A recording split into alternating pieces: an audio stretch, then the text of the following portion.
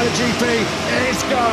Great launch from pole position by Ducati's Pecco Bagnaia. Away well too on the fat sweep up the inside of Bagnaia. Marco Bezzecchi stuttered away on that Mooney VR46 Ducati. The poleman to take the lead into the first corner. Hot, or was it Marco Bezzecchi? Yeah, both VR46 Ducatis got wide into turn one. They were really struggling to get that. Submerged still ahead. You can see one of the VR46 Ducatis is now battling, and he does get himself into the lead. Orangi Seamat did get a very good start. He's got himself ahead of Bagnaia. He's got himself ahead of Zarco. They're battling away for fourth position at the moment. Yeah, and Aleix Espargaro said if there's one man who's really, really good on a full fuel tank, it's Fab, and that was Aleix Espargaro, and he picks him up going through Casanova and Savelli. This is exactly what Aleix Espargaro said he was going to do yesterday. Last night when the media spoke to him, had to be aggressive at the start of this Grand Prix. That's exactly what he's doing. Aleix Espargaro, 7th to 4th in 9 corners. Eisenhower, there was a problem with the launch control. What was not in question, what was not in doubt, was it was a shocker for Marc Marquez. 9th place on the grid, knew he had to be aggressive to try and recover those places early on, and he got dumped all the way to the back of the pack by the time we got to the first corner. It's a top 5 for Ducati in the early part of this Copa Grand Prix, as it was on the grid. Mechanical problem for Marco Bezzecchi. He's getting the black flag with the orange disc. He'll also be getting the message on his dashboard as well. Let's have a quick Marquez check. Next in his sights is going to be Maverick Vinales in 13th place. As Pecco Bagnaia goes for the lead, he gets some slipstream, fully clings on to that final place on the podium. Pecco Bagnaia then has struck, he's made the key move, and now then we thought all weekend he had the pace if he did get to the front to make a breakaway here. The Ducati fans there, the Red Army, they're loving this one as Pecco Bagnaia then for the first time hits the front on lap 9. Quick through this first sector. Will he have a look on the inside at turn? Moves to the inside, will take the lead. Up the inside of Marquez, runs it a little bit wide. Marquez back through. Marc Marquez, the chance to fight for a sensational. Through into sector 2 he goes, and he's got 9/10 in his back pocket. Is he going to find rain? Only the weather surely now, only the rain can stop Marc Marquez. He comes through sector 3 and he's 1.3 up. He's going to do it, man. He's coming now then into turn number 13. Surely Marc Marquez. It's pouring with rain. He's on slick tyres, Marc Marquez. Is he going to do it? It is absolutely bucketing down with rain. Marquez comes to take what will be. The Marquez. He is. Here he comes. Here is it coming now. As we flick it left. No. Is he waiting? Oh, here he comes. He's up the inside, set up for a grandstand finish here in Motorland Aragon. Marquez then has made his there. He's trying to put the Italian. Marquez though does like breaking a heart or two, and he is right on his tail again as they go around to Johann Zarco. A quick check on him. He's dropped down to 17th place now. And that was 17th place, which has been his demand. Very strong in sector 1. Well, we saw him top FP1. Even Gigi D'Aligna, the normally super cool, relaxed usually, twitching in the seat, isn't he? Oh, is it coming here? Through this famous left-hander, which is 90 front end. He keeps Marquez at bay into 12. He's the block path this time into turn 15, but again on the cutback again, and this time he will be close enough to make another move and maybe lead into turn 1. Marquez then on this current lap, and on each occasion comes straight back at him. Slams the door shut on his fingers. This is hit some late trouble. He's down the 150s now, and all of a sudden out of nowhere dropped 2.5 seconds behind the Suzuki man. A lonely third at the moment. So good down the hill into that tricky braking zone. No way through for Marquez. Will he try again here? Through 3 or 4. He does it again into 5. Can he this time around do it? No, he can't. What a race, what a battle. Ducati, Marquez on the Repsol Honda. It's all on the line. How many more stabs? The run down the back straight or turn 15. 6 times he's failed. Is it attempt number 7 coming up? He's wide, and that might be it. It's contact there. Oh, Marquez is down. Marc Marquez has crashed out of 2nd place. Grand Prix. Well, they touched on the exit of turn 5. And as Marquez to flick into turn 6, Marquez clipped the back of him, and the world champion is down. A dejected Marc Marquez walks away. This is the moment of the race. Marquez running a little bit too hot on the brakes. Up the inside. It's going to be contact here. Marquez is going to clip. Well, that was almost a carbon copy of the Zarco Simeonits, I think, in Texas. Rossi was going for the line through turn 6. Here we go.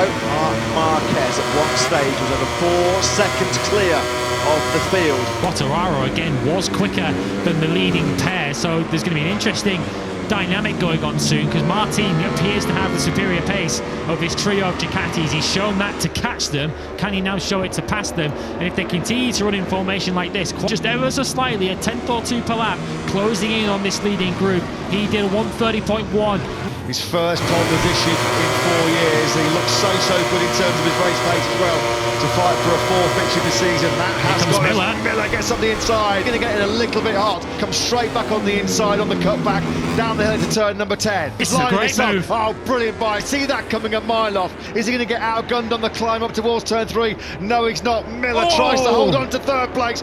Unbelievably close action here in MotoGP. 2nd place, Miller 3rd. At the move of a world champion, that was opportunism. Miller gets up the inside. Marco Bezzecchi can just gauge himself against the man in front of him. How scary must that be? Mark here as well. He's seen the rain spots falling on his visor. Coming through the 6th-gear Hogerheider ahead. He lost 4/10 last lap. He did, yeah. I mean, this is really, now you can just see it's the guys who are going to really push hard. Jack Miller is a master at judging tricky and rapidly changing track conditions. Really been caught out by the rain spots. Well, you can see it in the background. 4th at the start of this lap 18. He's already lost places to Binder and to Miller. His advantage over fellow Ducati rider Marco Bezzecchi. Oh, here comes Jack Miller, he's leaving his braking ultra late on the front end. That's not going to work out, is it? Bezzecchi has Miller on the inside to the hard rock corner. So Jack Miller now. Jack Miller then not the inside of a cut back to the inside line, swept under Miller in the first corner. They don't have to worry, of course. Pol Espargaro's now entered the pits. Down then on the front end, Aleix Espargaro's running in too hot, isn't he? He's done really well actually to stop himself going into the gravel trap there. That's such an easy mistake to make. Sees potentially a podium finish through turns 8 and 9. You could just see he's got no stability on the throttle through that fast sequence of left-handers here. Has he got anything left in the locker to maybe get back on par with Miller and seize back that 3rd? Bagnaia dropped back in the early 30s of this first lap. He's back in 8th. He was really battling away. He started 16th. He's up to P9. Oh yeah, great start by the South African. That's Bezzecchi up through the inside, then through Pelagio. Down the hill they go into Correntino then for the first time. And it's dreamland for Valentino Rossi here. It's a VR46 Ducati, won a historic 7 races in a row back in the day in his heyday of his Grand Prix career. And his boys are doing the business early on here. Looks like he will do. He will come out of the final corner to lead over the line at the end of the first lap ahead of his teammate Marco Bezzecchi. It's been a good first lap. Speed of that year-old Ducati GP21.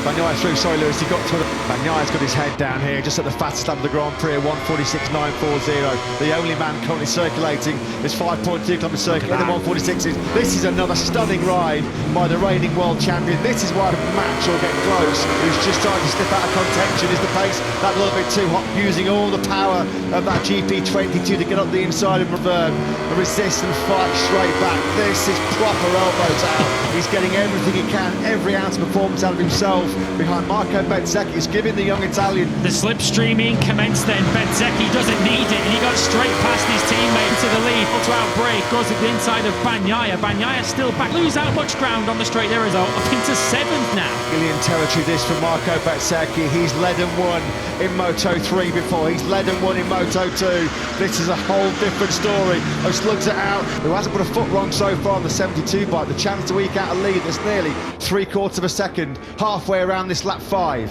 Pecco Bagnaia really getting mullered here in terms of top speed. Bagnaia come to contend with. He's getting absolutely destroyed here right now by factory Ducatis. Pecco Bagnaia then has struck. He's made the key move, and now then we thought all weekend he had the pace if he did get to the front to make a breakaway here. The Ducati fans there, the Red Army, they're loving this one as Pecco Bagnaia then for the first time responded on this lap. He's pulled out half a second already over the course of this lap on Marco Bezzecchi. Riding on board on the left-hand side of your screen, you can see him closing in on Marco Bezzecchi. We could have a change soon for 4th place. Bezzecchi very, very good on the brakes though and holds on to 4th place. We're on the final lap though. Valiant challenge. He's just over a second behind him, but ultimately the Ducati power and the brilliance of too much at the moment. We're on the final lap. Well, this man's mentor, Valentino Rossi, used to be the master of finally as well taken Marco Bezzecchi, so we're going to have 2 Frenchmen potentially in the top 4 here. Still a top ride by Bezzecchi was to take. It's been no problemo so far on home soil. On the flex, straight away he's gone for it. What a time down the hill into Scarperia. The drive now as they attack the first chicane, knowing just about holding on to 2nd place from Miller. The dream launch off the line, he got the whole shot. That's exactly how he would have wanted it. Plan A executed to perfection for him then. And Miller, they're still inside that check up there, didn't he? He almost ploughed into the back of quickest man on circuit as the man who had a nightmare first lap. Now sets a new race record. Down into the penultimate corner. It looks like it's going to be a 5th win of 2022 for him. 7th and for Ducati, like they're on course for P3 in qualifying, P3 in the race for the 3rd race in a row. Only really, I think the Blue S is a recording one really for, you need to be right on the back of Aleix Espargaro to pull that one. He's nowhere near close enough. He's going to have to settle, I think, for 4th place, but still 13 useful championship points in the big picture for Quartararo. Sometimes the worst position to finish in, but just off the podium in your own Grand Prix 4. So Miller briefly for what, a second, had 3rd place here from Miller with that running in too hot. He looks like he's under, well he is, under big pressure here as Ducati are going to get some bitter disappointment of his crash out of victory contention. 2022, Marco Betts second, rear first, comes over the line for a It's the cracker here in Aragon. He's a MotoGP winner. Celebrations in there. She's in second. What a show those boys put on. sensational last lap. Let's take a look at the final ranking of the MotoGP race before the traditional podium ceremony. With the winner who delivered a perfect race today. In addition to the victory, this young man scored 25 points, which are very important for the world ranking.